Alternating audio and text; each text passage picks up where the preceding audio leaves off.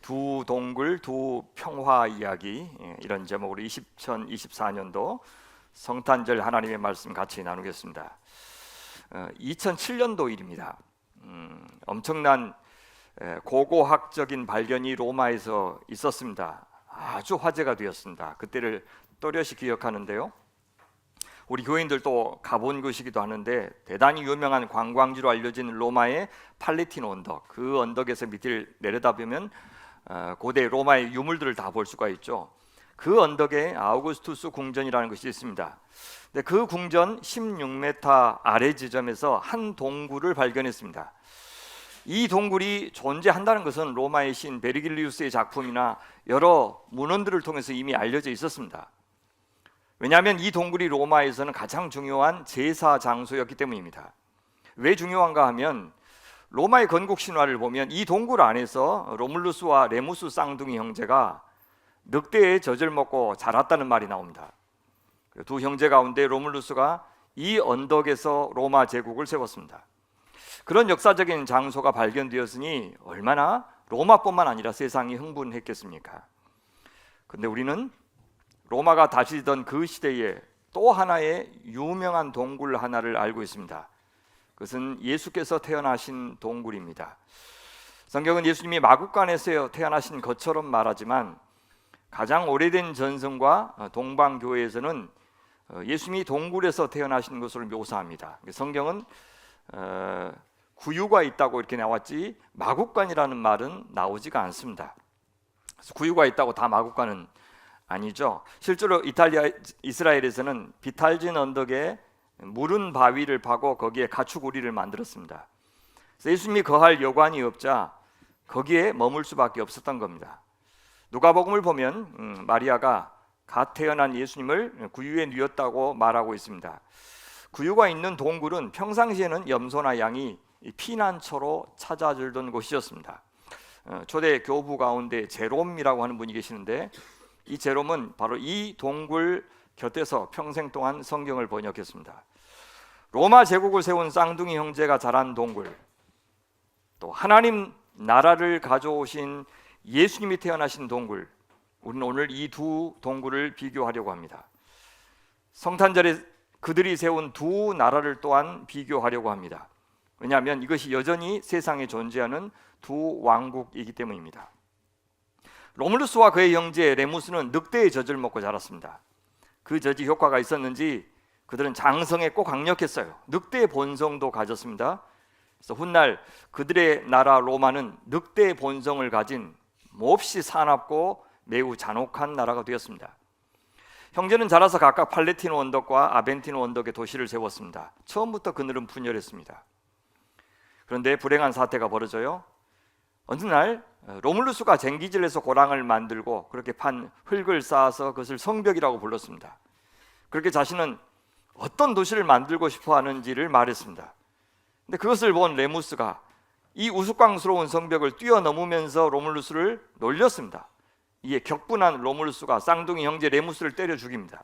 그러고는 이렇게 말해요. 누구든지 내 성벽을 넘는 자는 이렇게 될 것이다 라고 외쳤습니다. 이것이 로마 제국의 건국 신화입니다. 여러분, 이 신화 속에서 말해주는 로마 제국은 어떤 것입니까?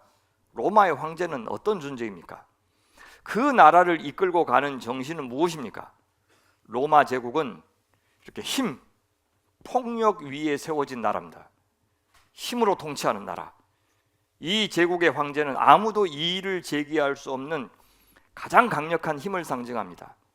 제국의 표어는 이러했습니다. 우리에게 자발적으로 복종하는 민족에게는 관용을 베풀겠다. 그러나 우리한테 저항하는 민족은 가차없이 진압한다. 물론 복종하는 민족은 해마다 막대한 조공을 고통스럽게 바쳐야 했기 때문에 그들이 약속한 평화마저도 가짜 평화요, 숨죽인 평화요, 굴종의 평화였습니다. 그런 로마 제국이 1000년 이상 지탱했습니다. 1000년 이상 갔지만 로마 제국 역시 역사상 존재했던 수많은 나라들 가운데 하나였을 뿐입니다.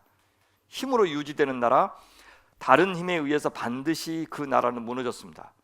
통치자의 옷에 걸친 늑대와 같은 폭력적인 힘으로 그 힘을 뒷받침하는 법과 질서를 동원해서 그들은 통치했습니다. 물론 법과 질서 위에 세워지는 나라, 그렇게 규범을 지켜서 평화를 유지하는 나라가 어쩔 수 없이 우리 인간 사회에서는 필요합니다.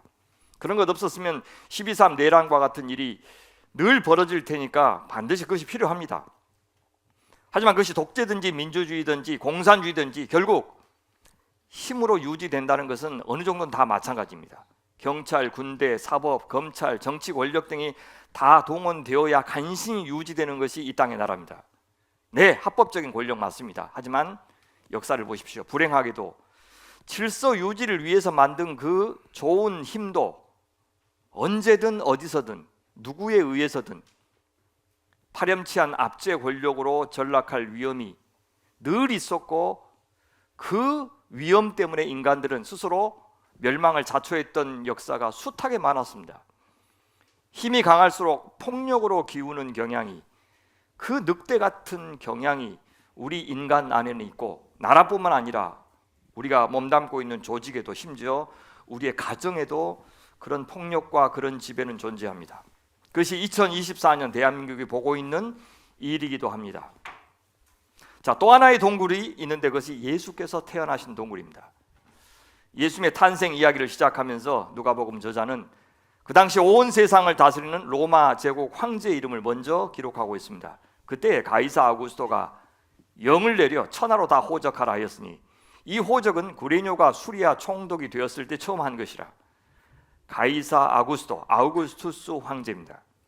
총독의 이름은 구레뇨였습니다. 퀴리니우스. 그들은 역사적으로 실존했던 인물들입니다. 온 세상을 당시에 호령했던 사람들. 그들의 말 한마디에 살고 죽는 것이 다 결정되었기 때문에 맘삭의 몸으로는 매우 위험한 일이었는데도 요셉과 마리아는 갈릴리 나사렛을 떠나서 요셉의 고향 베들레헴으로 가서 호적을 해야 했습니다. 황제가 정기적으로 호적을 하는 이유는 무엇이었냐? 그건 세금 징수 때문이었어요. 그러니까 황제라고 하는 것은 겉으로는 평화를 가져오는 사람, 인류를 구원하는 사람, 혹은 주권자 퀴리오스라고 선전했지만 실제로는 가혹한 세금 징수자였어요. 하고 싶은 것 다 하고 하고 싶은 말을 다 할 수 있는 착취자에 불과했어요. 하나님을 떠난 인간의 역사에서 그런 시대가 아니었던 적이 얼마나 있었습니까? 그런 시대에 하나님께서는 당신의 사랑의 주권을 주장하시기 위해서, 당신의 나라를 주장하시기 위해서 당신의 아들 예수님을 이 땅에 보내신 겁니다. 한 동굴에서 태어나게 하셨습니다. 성령으로 잉태하게 하셨습니다. 늑대와 성령, 이 둘이 다른 만큼 이 둘에 의해서 양육을 받은 왕들도 다르고, 그들이 통치하는 방식도 달랐습니다. 그리고 그들이 가져온 평화도 달랐습니다. 그 평화가 이 땅에 임하게 하는 방식도 달랐습니다. 로마의 평화는 땅을 흔들고 저벅거리는 군화와 피 속에 튕긴 군복 위에 세워진 거짓 평화였습니다. 하지만 하나님의 평화는 사람들을 통해서도 권력을 통해서도 오는 것이 아니었습니다. 12.3 내란의 교회가, 그리스도인들이 결코 침묵하거나 심지어 동조해서는 안 되는 이유가 바로 그것은 하나님의 평화를 깨트리는 폭거였기 때문입니다. 하나님이 이 예수님을 통해서 이 땅에 가져오고 싶으셨던 그 하나님 나라의 평화를 거역하고 거스리고 망가뜨리는 것이 바로 12.3 내란과 같은 그런 일이기 때문입니다. 하나님의 평화를 천사들은 이렇게 선포하죠. 지극히 높은 곳에서는 하나님께 영광, 땅에서는 그분 마음에 드는 사람들, 하나님께서 기뻐하시는 사람들에게 평화. 하나님은 이 평화를 로마 황제를 통해서가 아니라 구유에 누인 힘없는 갓난 아기를 통해서 가져오시겠다는 믿기지 않는 말씀을 하시는 겁니다. 여러분, 그 예수께서 본격적으로 왕으로서의 사역, 공생애를 시작하실 때도 그 길을 준비하는 사람을 있었는데 그가 바로 세례 요한입니다. 그 길을 준비하는 중요한 역할을 로마 황제한테도, 헤롯 궁정에 사는 힘 있는 권력자들한테도, 심지어 유대 종교 권력자들한테도 맡기지 않고 광야에 살고 있었던 세례 요한에게 맡기셨습니다. 가장 힘없는 자, 구유에 누긴 어린 아기 예수 같은 자에게, 어린 아이 같은 자에게 그 중요한 일을 맡기셨어요. 성경은 이렇게 이야기해요. 디베르 황제가 왕위에 오른 지 15째 해에 본디오 빌라도가 총독으로 유대를 통치하고 계속해서 권력자들의 이름이 나오죠. 헤롯이 분봉왕으로 갈릴리를 다스리고, 그의 동생 빌립이 분봉왕으로 이두리와 드라고니 지방을 다스리고, 또 루사니아 분봉왕으로 아빌레네를 다스리고, 안나스와 가야바가 대제사장으로 있을 때에 하나님의 말씀은, 온 세상을 구원할 하나님의 말씀은 누구 같아요? 저 궁정에 있는 사람들이 아니고, 저 권력자들이 아니고, 저 광야에 있는 사가랴의 아들 요한에게 내렸다라고 이야기합니다. 모든 민족이 고대하던 그 평화, 그 샬롬이 하나님으로부터 올 것입니다. 은혜로 선물처럼 올 것입니다. 지금 존재하는 더 큰 힘과 맞서 전쟁을 벌인 다음에 쟁취하도록 하나님께서 만드시지 않을 겁니다. 절대적인 비폭력을 통해서 받게 하실 겁니다. 힘 있는 자는, 권력자들은 절대로 믿을 수 없는 방식으로 평화가 살며시 스며들어 우리 가운데 임할 겁니다. 누구를 통해서요? 평화로운 사람들을 통해서, 겸손한 사람들을 통해서, 믿음의 사람, 온유한 사람, 사랑의 사람을 통해서 그 샬롬은 우리 가운데 임할 것입니다. 그것이 바로 땅에서는 그분 마음에 드는 사람들에게 평화라고 하는 말의 뜻입니다. 자, 그분 마음에 드는 사람들은 누굽니까? 하나님이 어떤 사람들을 기뻐하십니까?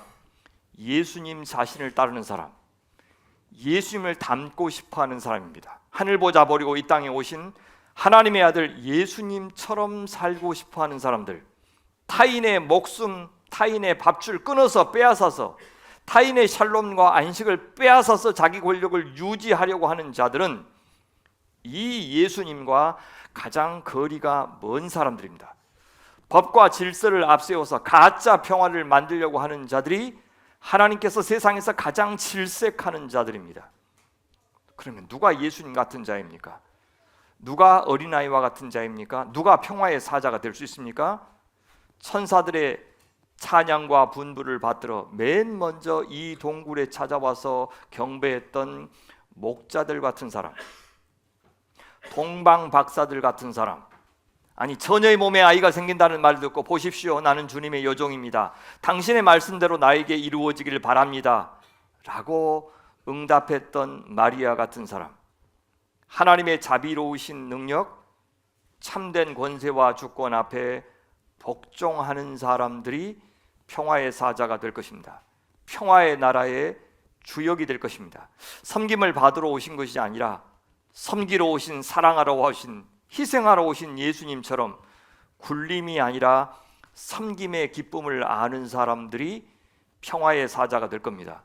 말과 생각으로 타인을, 교회를, 목회자들을, 이 세상을 평가하기만 하는 자리에 있지 않고 온몸으로 섬기고 나누고, 또한 이 세상의 그늘진 곳, 주변 소외된 자들, 그들의 아픔에 참여하고 싶어하는 자들을 통해서, 미력하지만 거기에 내 손을 담그고 발을 담그고 내 마음을 담그고 내 소유를 담그는 사람들을 통해서 주님은 평화의 나라를 일구실 겁니다.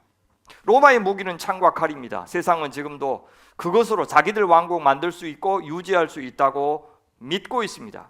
갈수록 무서운 무기들이 개발되고 있습니다. 정도의 차이가 있을 뿐 교양으로 치장한 파렴치한 독재자들의 권력욕 때문에 세상은 점점 평화와 거리가 먼 곳이 되어가고 있습니다. 그래서 이제 세상은 양심과 도덕, 아름다움과 덕을 잃지 말하지 않고 더 강한 자들 중심으로 이합집산하려고 하고, 나 혼자라도 살겠다, 내 가족이라도 살겠다 하면서 공동체를 외면한 채 자기들만의 이익 집단과 자기들만의 계급을 형성하고 그 대열에 참여시키려고 자식들을 전쟁 같은 경쟁의 장으로 몰아넣고, 심지어 교회마저도 그 세상에서 조금 앞서가고 돈 많이 벌고 이름 날리는 사람들을 하나님의 축복받았다고 말해주는 그런 엉터리 같은 곳으로 전락하고 있는 중입니다. 그 광기가 유독 지금 2차 대전이 일어났던 그 시대 마냥 온 세상을 덮고 있기 때문에 윤석열이나 김건희 그리고 그에 동조한 미치광이 세력들이 대한민국에 버젓이 등장할 수 있었던 겁니다.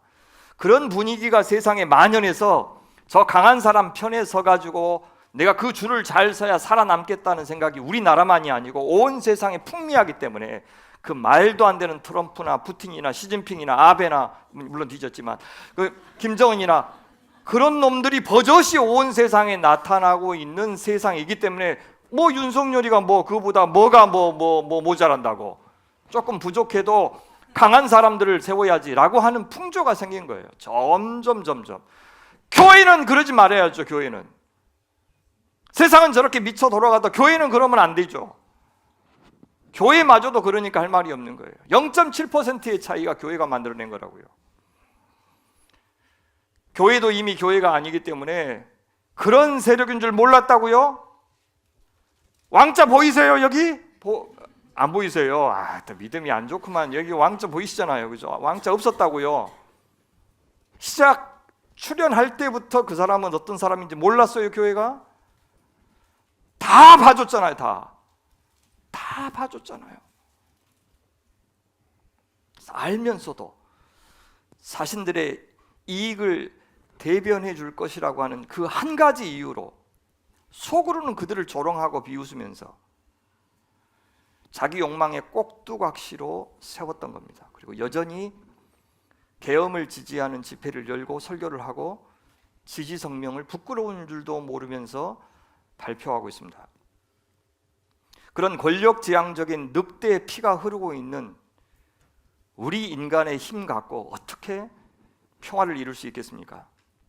독립운동의 피를 통해 이룬 해방을 이승만에게 갖다 바쳤고 4.19의 피를 통해서 얻은 자유를 박정희에게 갖다 바쳤고 5.18의 피 위에 전두환이 집권했고 87 항쟁의 피를 노태우가 따먹었고 건국 이래 첫 번째 평화적 정권 교체를 이루었던 김대중 노무현이 가져온 세상을 이명박 박근혜가 짓밟았습니다. 차가운 도로 위에서 쟁취한 촛불혁명, 무혈혁명의 결과를 윤석열, 김건희가 파괴했습니다. 오늘의 이 분노, 이 외침, 이 희생을 앗아가려고 늑대 같은 세력들은 또 절대 포기하지 않고 호시탐탐 노리고 있습니다. 이 계엄이 일어났고 국회에서 탄핵 의결이 되었는데 탄핵이 되지 못하도록 끝까지 가로막고 있는 이 세력들을 보시라고요. 이 윤독수이 뭔 독수요? 한덕수. 네. 이름도 부르기 싫어. 한덕수 부인하고 김건희하고 같은 무당집 다닌다잖아요. 그래서 둘이 서로 안 거예요. 그래서 지금도 무당의 지금 지시를 받고 지금 계속 그렇게 하고 있는 거예요.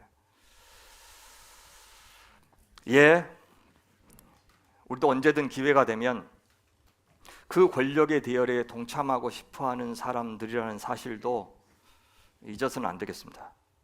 그런 시대에 그런 우리에게 오늘의 성탄이 주는 메시지는 작년하고 같을 수가 없습니다. 맨날 성탄절만 되면 똑같은 메시지, 똑같은 찬양, 똑같은 기도, 그게 아니고 우리 시대에, 내가 살고 있는 이 시대에 예수님은 무슨 역할을 하러 오셨는가? 그분이 평화의 사자라고 하는 의미가 작년하고 올해가 같을 수가 없을 텐데 우리 무슨 의미로 받아들여야 되는가? 그 메시지를 얻지 않으면 아무 의미가 없습니다. 참된 평화의 길이 어디에 있는지를 우리에게 말해줍니다. 그 평화를 누릴 수 있는 길이 바로 이 예수께 있다고 말해줍니다. 평화를 이루는 길은 저 구유에 누인 아기 예수의 길입니다. 하늘에서 권력을 휘두르시는 그 예수가 아니라 우리와 같아지기 위해서 오신 예수님, 우리보다 더 낮은 곳인 십자가까지 내려가신 그 예수의 길이 역설적으로 평화의 길이라고 하십니다. 동굴에서 태어나신 예수님이 동굴에 묻히시면서 인생 마치셨습니다. 동굴에서 동굴까지 예수님 그렇게 평화로운 존재로 사셨습니다. 그것이 승리의 길이었습니다. 그것은 악에 대한 굴종도 아니었고 체념도 아니었고 포기도 아니었습니다. 가장 강하신 분이 그 권력을 사용하지 않는 것과 원래 힘이 없어서 당한 것은 전혀 다릅니다. 인간 예수에게는 세상이 가진 힘이 없었어요. 돌을 빵으로 만드는 능력이나 성전에서 뛰어내려도 안 다칠 수 있는 능력이 그 인간 예수한테는 없었어요. 그러나 가장 강하셨던 하나님의 아들이 그 능력을 스스로 거세한 채 이 땅에 오신 사건이 성탄이고 성육신이에요. 그런데도 이 늑대 같은 세상을, 그런 분인데도 이길 수 있다는 것을 보여주시기 위해서 오신 거예요. 하나님의 아들의 능력을 갖고 이 세상에 오셔서 죄 안 짓고 기적 일으키며 사는 것이 뭐가 어려워요? 하나님의 아들인데 자신이 순종하고 사는 것이 뭐가 어려워요? 그것이 우리한테는 아무 의미가 없습니다. 그건 예수님이니까 잘했지. 우리는 인간인데 어떻게 예수님 본받아? 아니에요. 그런 능력 다 거세하시면서도 세상이 사용하는 그 방법 아니고, 세상이 미련하게 생각하고 무시해도 괜찮고 혐오해도 괜찮고 외면해도 괜찮은 그 방법으로도 저 하늘의 하나님, 온 세상보다 더 크신 그 하늘의 하나님을 의지할 때 우린 승리할 수 있고 평화를 이룰 수 있다는 것을 보여주기 위해서 주님께서 이 땅에 오신 겁니다. 그럴 때는 아멘 하셔야 된다. 예, 우리 교회는 마치 이게 뭐 그런 것이 없어. 너무 그렇죠. 예, 그래요. 예, 이 늑대 같은 세상 그 능력으로도 이길 수 있음을 보여주시기 위해서 오셨어요. 예수님은 세상이 동원할 수 있는 그 어떤 힘도 아니고 하나님의 힘으로만, 성령의 힘으로만 평화를 이룰 수 있다는 것을 보여주신 겁니다. 목자 같은 사람들, 세례 요한 같은 사람, 제자, 동방 박사들, 여선지자 한나, 엘리사벳, 제사장 사가랴, 또 성전의 사람 시므온, 이런 평화의 사람들과 함께 연대하여 평화를 이루셨습니다. 평화롭게 사는 자들을 통해서, 그의 중심에 안식이 있는 사람들을 통해서 주님은 세상의 평화를 맛보게 하셨습니다. 이 평화는 단지 전쟁을 멈추는 것, 서로 물어뜯고 핥히는 것을 그치는 것에 머물지 않는 평화입니다. 서로 죽도록 두들겨 패고 공중에 날려버리는 것으로 끝나지 않습니다. 그렇게 무력의 힘으로 시끄러운 반대자들을 제거해서 조용히 시키는 것이 지금 윤석열, 김건희가 일으켰던 내란입니다. 그런 식의 평화, 조용히 해, 힘 있는 자들 앞에서 다들 침묵시키는, 그것이 평화가 아니에요. 그것이 주님께서 가져오신 평화가 아닙니다. 그런데 그렇게까지 매를 들어서 조용히 시키는 평화가 아니라 참된 평화는 상대방을 끌어안는 것까지를 포함하는 거예요. 상대방이 할 말 다 하게 해주는 것, 가장 약한 자라도, 가장 힘없는 자라도 그들의 목소리를 낼 수 있도록, 그들의 얼굴이 현상될 수 있도록 해주는 것이 성경이 말하는 평화예요. 그러니까 힘 있는 자가 시혜를 베풀어서 부여하는 평화가 아니라 힘 있는 자가 자기 힘을 사용하지 않음으로써, 자기 자유를 제약함으로써 오히려 힘 없는 자가 말할 수 있고 행동할 수 있도록 기회를 주는 방식. 그러니까 하나님 나라의 평화는 힘 있는 자를 통해서가 아니라 힘 없는 자, 그들을 통해서 이루어지는 겁니다. 나머지 일은 하나님께서 다 감당하시고 은혜를 베푸셔서 이루시도록 그분을 의지하는 자, 그런 자들을 통해서만 이루어지는 겁니다. 서로 화해하고 타인의 마음을 열고 타인의 아픔을 알아채고 그 상처들을 감싸주는 것까지가 샬롬입니다. 그렇게 지배자와 피지배자의 관계를 청산하고 서로가 형제와 자매가 되는 것, 한 몸의 지체가 되는 것, 그것이 하나님께서 예수님을 통해서 이루시는 평화입니다. 그런 두 동굴은 지금도 존재합니다. 한 동굴에서는 이 세상을 호령할 자식들을 키우려고 늑대의 젖을 먹이는 부모들이 있습니다. 다른 한 동굴에서는 성령으로 양육을 받는 아이가 있습니다. 한 동굴의 사람들은 형제까지 죽이는 결정을 하고, 다른 동굴의 아이는 형제를 살리기 위해서 자기가 죽는 길을 선택하고 있습니다. 성탄은 우리에게 어떤 동굴의 사람이 되겠느냐고 묻는 날입니다. 여러분의 자식들을 어떤 동굴의 아이로 키우고 있느냐고 묻는 날입니다. 시편 8편은 하나님께서 우리 인간을 창조하실 때 얼마나 아름답고 멋진 세상을 상상하셨는지를 묘사합니다. 하나님의 나라는 어떤 것이냐? 하나님의 명예가 드높여지는 나라입니다. 그래서 하나님이 찬양을 받으시고 하나님이 영광을 받으시는 나라입니다. 근데 누가 하나님께 영광을 돌리고 누가 하나님의 기쁨이 될 수 있다고 말합니까? 세상에서 높은 권세 얻고 가장 사업에 성공하고 가장 큰 교회 일구고 전국에서 공부 1등하고 세상이 부러워하는 회사 만들면 하나님의 영광 드높여지는 것 아닙니다. 만약 그렇다면, 정말 그런 것으로 하나님이 영광 받으신다면 하나님은 당신의 아들을 로마 제국의 황제의 아들로 태어나게 하셨을 겁니다. 왕궁에서 최고의 교육을 받으면서 통치자로 자라게 하셨을 겁니다. 금수저가 아니라 다이아몬드 수저를 물고 태어나게 하셨을 겁니다. 그런데 그런 권력자들은 하나님의 성품을 반영하지 못합니다. 가장 낮은 자보다 더 낮은 자리에까지 내려가신 주님을 본받을 수가 없습니다. 그래서 하나님 나라가 어떤 곳인지를 그 통치자들을 통해서는 보여줄 수가 없습니다. 힘을 숭상하는 자들은 절대 십자가의 예수님을 보여줄 수 없습니다. 십자가의 메시지는 말로 정해지는 것이 아니고 삶으로 전해질 것이기 때문입니다. 그래서 시인은 누가 하나님의 위엄과 존귀와 영광을 보여줄 수 있다고 말하냐면 2절에 나와요. 어린이와 젖먹이들까지도 그 입술로 주님의 위엄을 찬양합니다.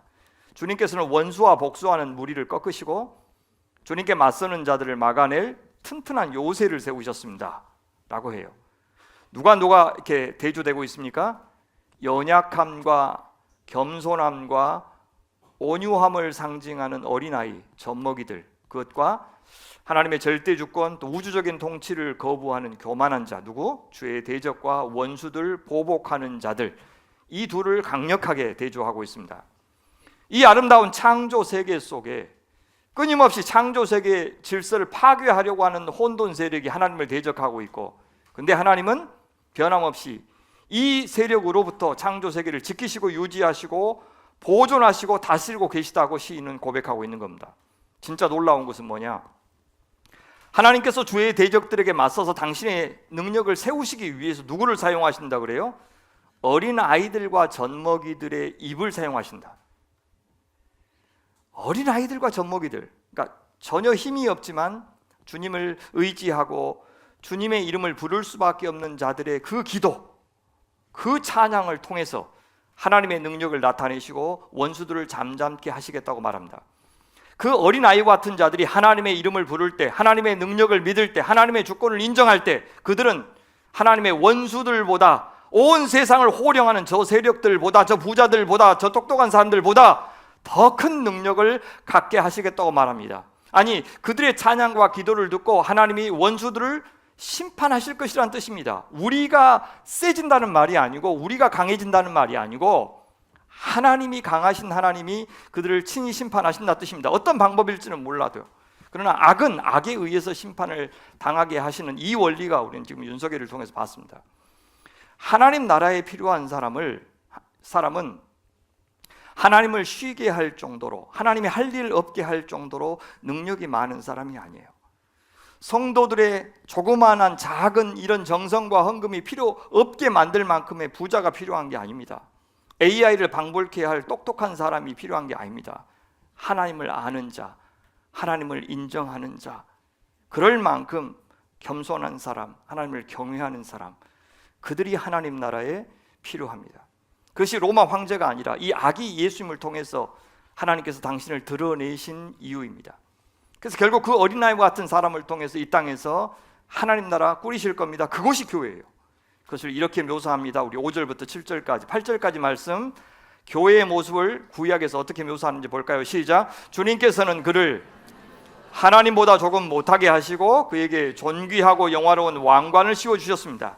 주님께서 손수 지으신 만물을 다스리게 하시고 모든 것을 그의 발 아래 두셨습니다. 크고 작은 온갖 집짐승과 들짐승까지도, 하늘 나는 새들과 바다에서 놀고 있는 물고기와 물길 따라 움직이는 모든 것을 사람이 다스리게 하셨습니다. 이것이 사실 아담에게 맡기신 왕적인 사명을 묘사하고 있는 겁니다. 근데 히브리서 기자는요, 바로 이 구절을 성육신하신 예수님께 적용했어요. 인간이 불순종해서 망가뜨린 이 영광스러운 왕적 사명, 하나님이 이 세상 지으시고 이 세상과 더불어서 분리될 수 없고 따로 뗄 수 없이 서로 연결된 한 이 생태계 안에서 정말 재밌게 잘 살도록 보내셨는데, 서로 욕심부리고 네 거니 내 거니 땅 뺏기하고 사람 죽여가면서 내 영역을 확보하려고 하는 이런 사람들 때문에 망가진 이곳, 하나님이 다시 사람을 새롭게 하셔서 그 세상을 하나님의 질서가, 사랑의 질서, 환대의 질서, 샬롬의 질서, 안식의 질서가 임하는 곳으로 만드시려고 먼저 이스라엘 보내시고, 예수님 그 이스라엘 통해서 보내시고 오늘 교회로 우리를 부르셨다, 그렇게 이야기합니다. 인간이 불순종하여 망가뜨린 이 왕적 사명을 어린 아이 같은 예수께서 그분의 사랑과 순종으로 다시 회복하셨습니다. 그리고 우리 안에 거하셔서 오늘 우리를 왕 같은 제사장으로 다시 부르셔서 그 평화의 사명을 감당하게 하신 겁니다. 그래서 교회로 모였지만 이 예배하는 것이 교회가 아니고, 헌금하는 것이 교회가 아니고, 봉사하는 것이 교회가 아니고, 교회가 만약에 평화의 사명을 감당하지 못하면 교회가 아닙니다. 우리 그리스도인들이 가는 곳에 갈등이 그치고, 우리 그리스도인들이 가는 곳에 탐욕이 그치고, 우리 그리스도인들이 가는 곳에 환대가 일어나고 샬롬이 일어나고 안식이 일어날 때 우리는 교회다, 그렇게 말할 수 있는 것입니다. 그것을 시인은 이렇게 노래합니다. 주 우리 하나님, 주님의 이름이 온 땅에서 어찌 그리 위엄이 넘치는지요? 그렇게 말합니다.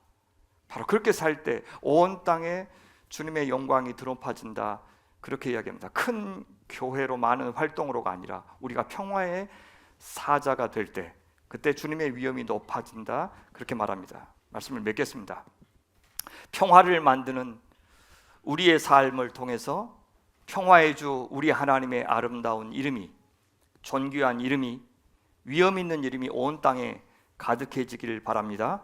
특별히 늑대 같은 나라들과 통치자들이 세상 도처에서 어슬렁거리는 이 시대에 특히 국회까지 유린하고 또 이 시위하러 올라가는 그 농민들까지 엄청나게 많은 경찰들 동원해서 막아내는 이 무도한 시대에 이 평화의 사명은, 평화의 공동체를 일구는 사명은, 평화의 사람이 되는 사명은 그 어느 때보다도 중요한 우리의 일이 되었습니다. 그래서 오늘 나부터, 오늘 우리 공동체부터, 우리 가정부터 부디 평화의 동굴이 되기를 바랍니다. 늑대의 젖이 아니라 성령의 젖으로 신령하고 순전한 젖 하나님의 말씀으로 우리가 양육을 받고 우리의 자녀들도 그 가치관으로 우리 양육하는 교회가 되기를 바랍니다. 그 순전한 신앙의 유산 잘 물려주는 신앙의 선배들이 다 되시기를 간절히 바랍니다. 우리 같이 이 기도문 읽으면서 마치겠습니다. 시작. 나의 주님, 저와 제 주위의 모든 이들에게 이 성탄의 평화를 내려주소서. 탐욕스럽고 무도한 권력자들 때문에 상처난 조국 땅에, 저 차갑고 배고픈 북녘 땅에, 포성이 그치지 않는 팔레스타인 땅과 우크라이나 땅에 주님 성탄의 평화를 내려주소서. 저희의 마음이 넓고 고요하고 성실한 마음이 되게 하소서. 저희를 당신이 주시는 평화의 도구가 되게 하소서. 믿음 안에서 형제 자매들을 새롭게 보는 법을 가르쳐 주시고 그들과 함께 당신의 길을 가는 법을 배우게 하소서. 그 길은 복음의 길이요 당신을 따르는 길입니다. 용서의 길, 화해의 길, 정의의 길, 주님의 길을 따라 걷게 하소서. 아멘. 우리 찬송가 122장 찬양하면서 우리 헌상하시겠습니다.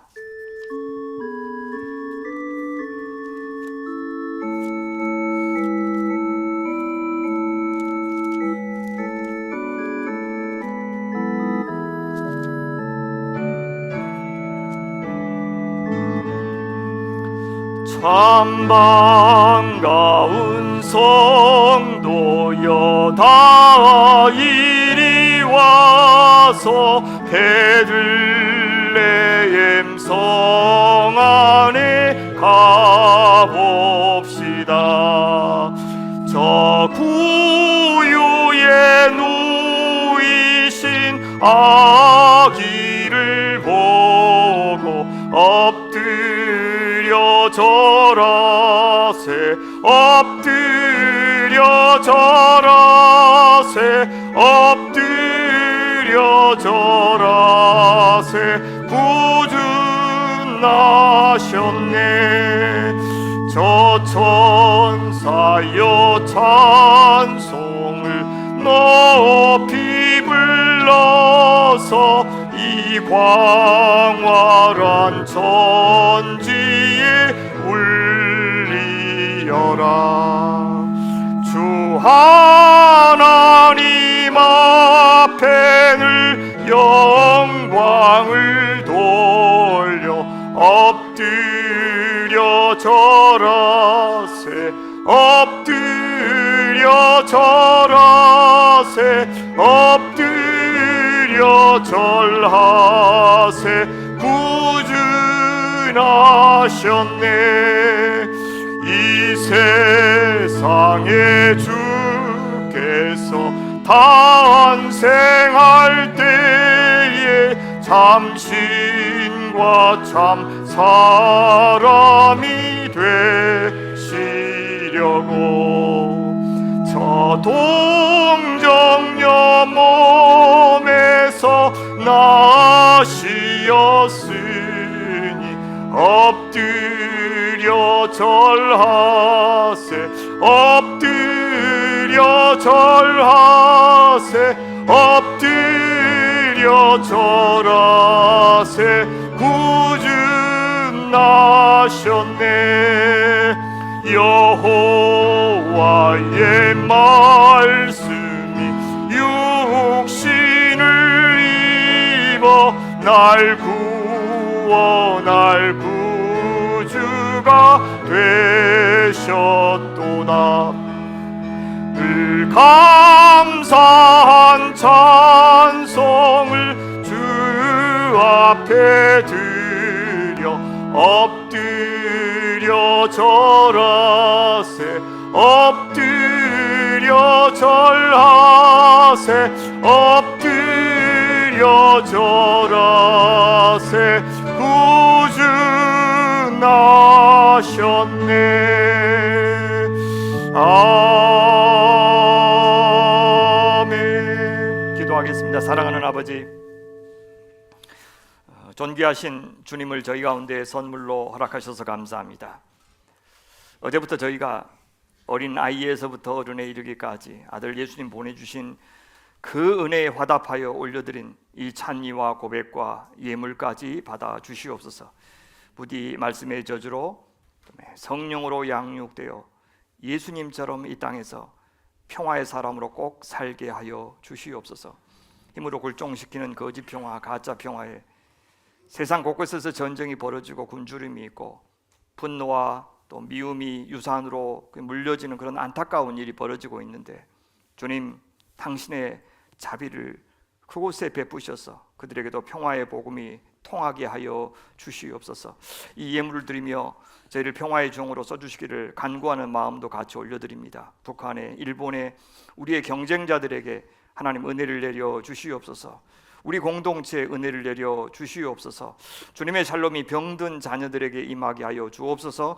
군에 있는 아들들에게, 비행 훈련하는 형민이에게, 대학 진학과 취업을 위해서 엎드린 자녀들에게, 우리의 믿음의 어르신들에게, 퇴직한 자녀들에게도 임하게 하여 주시옵소서. 주님께서만 왕 되시기를 간절히 원하며 우리 구주 예수 그리스도 이름으로 감사하며 기도하옵나이다. 아멘.